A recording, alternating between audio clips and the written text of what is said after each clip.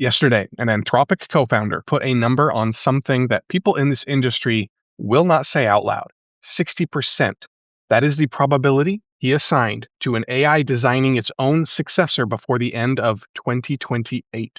On the same day, Anthropic also signed for 300 megawatts of compute from a supercomputer built by Elon Musk, the same Elon Musk who called Anthropic's safety policies evil earlier this year. All right, let me show you what's actually happening here, because these are not all separate stories. Let's start with Jack Clark, because what he said yesterday is the kind of thing you only get from someone who has been inside the building watching the curves slowly bend. Clark is a co-founder of Anthropic. He posted on X recently with a long-form analysis behind it that he believes there is a 60% probability of recursive AI self-improvement, meaning AI systems designing their successors before the end of 2028. That's only 2.5 years from right now. Now, you might be tempted to file this as another AI executive just making another bullish claim. That is a good instinct. That's happened before. But here's what makes Clark's post different. He showed the math. METR's autonomous task completion benchmark, basically how long an AI can work on its own before a human has to step in. In 2022, that number was 30 seconds. In 2023, 4 minutes. In 2024, 40 minutes. 2025, 6 hours. In April 2026, it is 12 hours with Claude Opus 4.6. That's a 1,440 times increase in 4 years. SWE-Bench, which measures whether an AI can solve real software engineering problems, pulled from GitHub, 2% in late 2023, 93.9% with the most recent Claude. Core Bench, which measures whether an AI can reproduce a scientific paper from its code repository, 21.5% in September 2024, 95.5% by December 2025. And Anthropic's own internal benchmark for AI optimizing AI training code, 2.9 times in May 2025, 52 times by April 2026. Stay on that last one. AI systems are now 52 times better at writing the code that trains AI systems than they were just a year ago. That's the recursive part. That's what Clark is naming. And we've been covering this here on the Century Report. We've talked a lot about this acceleration in capability with AI and also in every other industry. Here's how Clark framed the work itself. AI research, in his estimate, is about 1% genuine creativity and 99% engineering. That's data cleaning, parameter tuning, paper review, and results reproduction. The 99% is the part the systems are absorbing fast. And here's why I want you to feel this. The capital architecture being assembled across the rest of this news that we're covering today. $725 billion in hyperscaler spend planned for 2026, for example. $2 trillion in cloud backlog. Anthropic disclosed compute commits now above $330 billion. That capital is being deployed against Clark's curves. Investors aren't pricing a future where the curves bend. They're pricing a future where they continue. That's one reason there's so much money being poured into this right now. Now, a reasonable read of this is that the bottleneck on scientific progress is simply shifting. For the last century, the bottleneck was human researcher availability. How many PhDs could you train? How many lab hours could you run? If Clark's curves hold, though, that bottleneck becomes compute and the institutional capacity to absorb what the systems produce. This does not remove the human. It simply reorients what they do. The cost structure of doing science is collapsing on a timeline that the capital is now openly betting against. AI research is about 1% creativity and 99% engineering work. That is what Jack Clark framed it as. That is important because the 99% is the part being absorbed. So investors are not pricing a slowdown here. They're pricing these curves continuing. Now, let me show you what that capital looks like on the ground, because the second story from yesterday is structural, and it tells you something about how the frontier actually works. Anthropic announced that it will draw more than 300 megawatts of compute capacity from xAI's Colossus 1 supercomputer in Memphis, about 220,000 NVIDIA GPUs. The deal pushes Anthropic's disclosed compute commitment past $330 billion against current revenue somewhere around $30 to $40 billion. So here's why this story is important. Earlier this year, Elon Musk publicly called Anthropic's safety policies misanthropic and evil. Those were his words. And yesterday, an Anthropic VPI and a Musk lieutenant stood on the stage and announced 300 megawatts of compute flowing between them. The framing in the press releases was collegial. The structural reading, though, is something else. What changed is the underlying scarcity, not the rhetoric. The rhetoric is the same. Musk still says what Musk says. What changed is the underlying scarcity here. Claude Code users are spending 20 hours a week running the system, and that's on the low end. Rate limits are tripping constantly. The binding constraint on whether Anthropic can serve the demands its tools are generating is physical compute capacity. Megawatts, power, cooling, GPUs that exist in the world right now. And on the other side, Musk needs an anchor customer ahead of an IPO next month. So a lab whose CEO called Anthropic an existential threat 6 months ago is now signing a contract to share infrastructure with them. Now, if you trace the wiring across the whole industry, it gets even more interesting. Google is investing $40 billion in Anthropic, while Anthropic commits $200 billion back to Google Cloud. Amazon is investing up to $33 billion in Anthropic, while Anthropic commits $100 billion back to AWS. Microsoft, Nvidia, SoftBank, all of them hold stakes in OpenAI alongside multi-hundred billion dollar compute commitments. Roughly half of more than $2 trillion in cloud backlog is now traced back to two labs. The surface read here is that this is who's locking in compute capacity. But the deeper read is that compute scarcity has become powerful enough to dissolve the principled separation that was supposed to organize this industry. Labs that publicly called each other existential threats 6 months ago are now structurally entangled with each other's infrastructure because the cost of refusing is higher than the cost of consistency. It's the same reason that they all banded together behind Anthropic against the government. There was an existential threat there.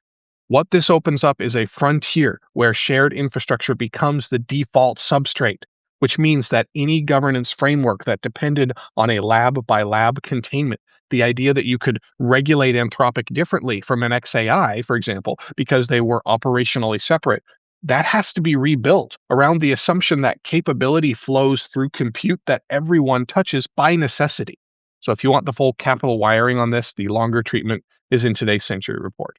Now to another difficult story about energy that a lot of podcasts aren't covering, and even I want to cover, even though I spend a lot of time on the positive sides of energy development. This one is a tough one here.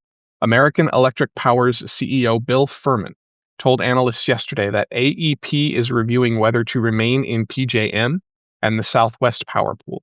These are two of the largest regional transmission organizations in the U.S. AEP has 5.6 million customers across 11 states, 63 gigawatts of contracted new large load coming by 2030. Nearly 90% of that load, data centers. The total active pipeline in their queue is 190 gigawatts. Fehrman's frustration was specific. He said, PJM and SPP are not connecting generation to the grid fast enough to serve customers that AEP has already contracted to. Here's the translation. A major utility is publicly considering whether the institutional venue that has coordinated electricity markets for decades is still the right venue, or whether direct utility to customer arrangements outside the standard market structure serves customers better. Now, this sits right next to what NERC said that we covered yesterday. NERC issued a level 3 alert, its highest, because AI training loads were dropping or oscillating fast enough to threaten bulk grid reliability. And on the same morning, AEP made its threat. Duke Energy disclosed that it added 2.7 gigawatts of contracted data center load in a single quarter. Xcel Energy structured its Google deal as a template for 4 more states. TVA pushed nuclear from 31% to 41% of its supply mix. Every layer of the utility stack is racing to build, contract, and reorganize around demand that did not exist 3 years ago. If you have money in a pension fund, an insurer, or a regional bank, and most of us do somewhere, those institutions are increasingly lending into this build-out through private credit. The Financial Stability Board flagged that exposure. AI infrastructure was more than a third of private credit deals in 2025. That's up 17% over the previous 5 years. The borrower's creditworthiness depends on that same power supply, construction timelines, and demand projections that AEP is now telling regulators are at risk. So this may seem simply that the regulatory machinery can't keep up, but it goes deeper than that. The regulatory machinery is being rewritten here, while the physical infrastructure compounds underneath it. AEP threatening to exit PJM is a major utility CEO publicly stating that the coordinating institution itself has become the bottleneck. A major actor reorganizing fast enough to force the institutional layer to follow. The new arrangements are being built around serving demand, not rationing it. All right, shifting away, I want to bring you 3 pieces of evidence from yesterday that taken together describe something the frontier labs have so far only been able to argue about rather than to answer. First, Mira Murati, OpenAI's former CTO, testified under oath in the Musk versus Altman trial. She said that Sam Altman lied to her about whether OpenAI's legal department had cleared a model from going through the company's deployment safety board. She said she checked with the general counsel directly, and the 2 stories, Altman's and the counsel's, did not match. She routed the model through the safety board to be safe. Murati's testimony describes a documented pattern. Ilya Sutskever's 52-page board memo describing, quote, a consistent pattern of lying, undermining his execs, and pitting his execs against one another, close the quote there. Helen Toner's prior statements about evidence of lying and being manipulative. Greg Brockman's diary entries entered into the trial record yesterday, too. The cumulative public record of how the most powerful AI lab in the world makes safety decisions is now far thicker than when these systems started shipping. Second year, RedAccess researchers analyzed thousands of so-called vibe-coded web apps built by people prompting an AI tool on platforms like Lovable, Replit, Base44, and Netlify. They found more than 5,000 apps with virtually no security or authentication. About 40% of them exposed sensitive data, hospital scheduling with personal information of doctors, ad buying data, full chatbot conversation logs with customer names, shipping records, financial documents. Anyone with the URL could see them. The platform's response was that public versus private is a configuration choice the user makes. The point of the study is that AI coding tools have made application building accessible to people who could not previously build web apps at all, and the security infrastructure that those people need to operate safely on the public internet has not arrived alongside that capability. Apple's App Store added 235,800 new apps in Q1 of 2026. An 84% year-over-year increase. The proportion of those that ship with the same exposure profile that RedAccess documented is unknown. Third, and this one is in a different category, and I want to handle it carefully because the press coverage has been all over the place. Researchers from Carnegie Mellon, MIT, Oxford, and UCLA published a randomized controlled trial of 1,222 people. 2 groups. One group got AI giving them direct answers. The other group got AI giving them hints. After 10 minutes, the AI was removed, and people kept working on math and reading problems solo. The direct answer group's persistence dropped on the next problems. The hint group's persistence did not. The lead researcher, Bakker, framed the takeaway precisely. He said, the question is not whether AI should be used in education or workplaces. The question is how to design AI tools that, like a good human teacher, sometimes prioritize a person's learning over solving the problem for them. That is not a damage finding. It is a design knob. It is the difference between AI that hands out answers and AI that scaffolds the thinking. And now educators have a number to design around. Now, Wired ran the headline, "Using AI has a negative impact on thinking and problem solving." A bunch of aggregators turned it into AI makes you lazy after 10 minutes. That framing missed what the study actually found. And it's worth saying directly because every generation of new tools has triggered this exact alarm coverage, and every generation has been wrong about it in roughly the same way. Think about the bicycle and walking. If a researcher gave you a bicycle and took it away, and then measured a slower walking pace, nobody would conclude that the bicycle damaged your legs. They'd conclude the bicycle was doing real work for you. A study showing performance decline after a tool is removed tells you the tool was doing real work. It does not tell you that the underlying capability has eroded. I've written about this before. Calculators did not damage arithmetic. They redirected the cognitive effort previously spent on long division into the work that calculators made possible. Writing didn't damage memory. It freed the species from the bandwidth ceiling of oral transmission. Search engines don't damage recall per se. They make it possible for a person to participate in conversations across thousands of domains that the unaided memory could never have had. Each of those tool transitions provoked the same warning coverage, but each one turned out to be a redistribution of cognitive efforts toward higher leverage work.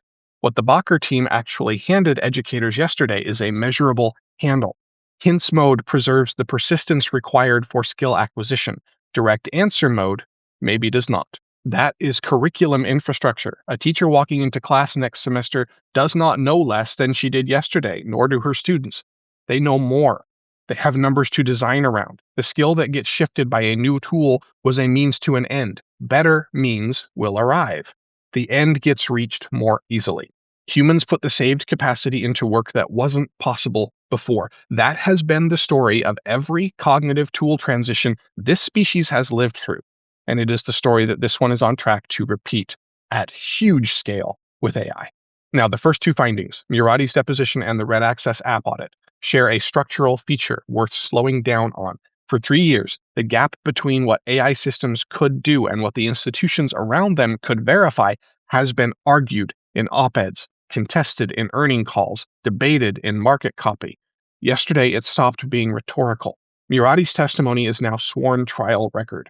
RedAccess's app inventory is now an audited document the next platform liability case can cite by name. Each one converts something that was previously deniable into a recoverable artifact. That is important because the next round of governance, the next safety board statute, the next platform liability ruling gets to start from those artifacts rather than from intuition. The verification layer is forming as evidence that the next decade gets to build on. All right, one more story and then we'll land this. Moderna's mRNA flu vaccine outperformed standard flu shots by approximately 27% in a 40,000-person Phase 3 trial across 11 different countries. This was published yesterday in the New England Journal of Medicine. About 1.9% of recipients in the mRNA group got the flu, compared with 2.6% in the standard group. The advantage held in adults 65 and older, the demographics most vulnerable to severe flu complications. Side effects were mild. The FDA decision is now expected by August 5th. The headline is the 27%, and that's real and important, but the structural number is somewhere else entirely. Standard flu vaccine planning runs on a 12-month cycle. Health officials select strains in February for shots that will ship the following October. If circulating strains shift between selection and deployment, which happens, the vaccine misses. That's what a bad flu year usually means. Strain mismatch baked in by manufacturing physics that nobody could change. That's what makes the flu so difficult to vaccinate against. It changes rapidly. mRNA platforms compress that timeline substantially. Strain selection can move closer to the season. Pivots become possible if circulating strains change. So stay with me on this.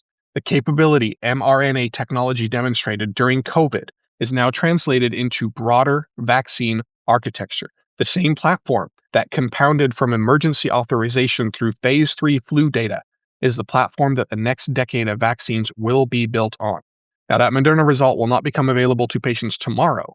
Regulatory approval, manufacturing scale-up, and clinical integration all sit between this trial and your doctor's office. But what the trial confirms is that the platform works as a generalizable architecture. The flu shot is the first of these downstream consequences. The 12-month strain selection cycle that constrained influenza vaccine design for half a century is becoming a recoverable error rather than a locked-in loss. The people most vulnerable to severe flu, the demographic where the trial advantage held, are the first to live inside that compression as it deploys. So here's where today's evidence actually lands. A co-founder of one of the two leading AI labs published curves showing capability is compounding 1,000 times in 4 years and put a 60% probability on AI designing a successor by 2028. The capital architecture pricing that future is openly entangled. Rivals signing for each other's compute because the scarcity is more powerful than the rivalry. The grid underneath that architecture is straining hard enough that one of America's largest utilities is threatening to leave the institutional structure that's coordinated electricity markets for decades. The verification gap that used to live in op-eds is becoming public artifacts. A sworn deposition, an audited app inventory, a Phase 3 trial in the New England Journal, and educators getting their first measurable design knob for AI integrated learning. Most coverage of these stories will read the capital architecture as consolidation. Who's locking in compute? Who's positioning for the IPO? Who's hiring whose engineers? That read is true. It's also just the surface. The deeper read is that the same compute scarcity producing the consolidation is also forcing rival labs to share infrastructure. The same capital intensity producing the trillion-dollar valuations is forcing utilities to publish commissioning data that used to live in private contracts. The same deployment pressure producing the verification gap is producing the artifacts the next round of governance gets to build from. Murati's testimony and RedAccess's inventory. These are evidence the verification layer is forming faster than the capability is shipping in any single domain. And the Bakker's team hints versus answers result is evidence that the next decade of educational AI tooling has a handle to be calibrated against rather than a worry to be argued about. And the platform, compounding underneath all of this, the mRNA architecture moving from pandemic emergency to routine flu prevention, the compute scarcity dissolving the lab-by-lab containment frame, the trial record producing a public account of how safety decisions with AI actually get made. That is the trajectory, not who captures the next year, but what becomes possible when the captured positions of the old era cannot hold against capability that compounds 1,000 times in just 4 years. If Clark's curves hold, the next sign is going to be small at first. An Anthropic internal note about training code optimization crossing 100 times, something like that. A shared compute deal between 2 more labs that publicly disagree. A second phase 3 result from a different mRNA-enabled vaccine architecture. Quantum computing scaling even again.